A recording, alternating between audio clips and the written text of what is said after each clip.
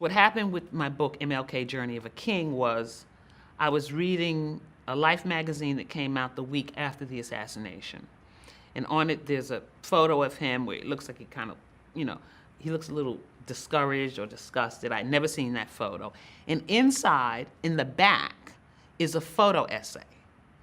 And that photo essay includes that famous image we've seen of the men on the balcony pointing. Now, I've seen that photo a million times, but I had seen that photo a million times, but I had never seen it in context. And certainly in my imagination, it wouldn't have been in the back of the magazine, it would have been in the front. Okay, it's in the back. And the photographer who wrote about that moment, as I read the whole article, he said that, he was in the room, he was waiting to interview him, and he heard a sound, and he came out, and he saw King fall back, and it looked like the last word he said was, "Oh." And I thought, oh? That could have been King's last utterance, as opposed to, "Oh my God," or something grand. And that simple, "oh," I said, I want to start with this moment. So sometimes during the research, I find where I want to open. And then when I found that, I said, I want to end with "oh." That was going to be the structure.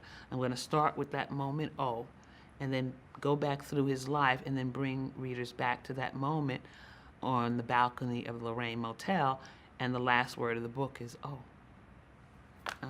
So I really believe when the student is ready, the teacher appears. I mean, there's a sort of magic. It's a creative process, even when it's nonfiction. For some reason, with W.E. Du Bois, it came to me, probably because I knew he wrote and wrote and wrote and wrote, that every chapter would open with a quote from him, where he was in his life. So I really think I write my way in other words. I know some writers can do outlines. I cannot do outlines. I can do an outline, but the finished book will be nothing like the outline. With my book on Reconstruction, what I wrote as the first chapter became the third chapter. So yeah, I write my way in, and I hit a dead end, and I'm like, okay, this is not working.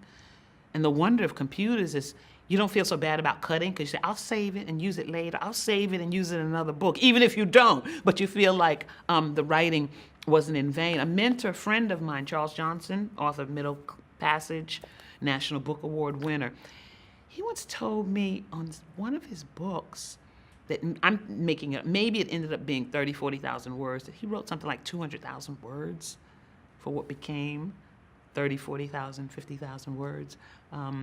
So I have long ago accepted that writing is writing and writing and writing, and you don't look in terms of the economy of it, like, I've done. If you have to write 30 pages to get a good 5 pages, then that's what you have to do.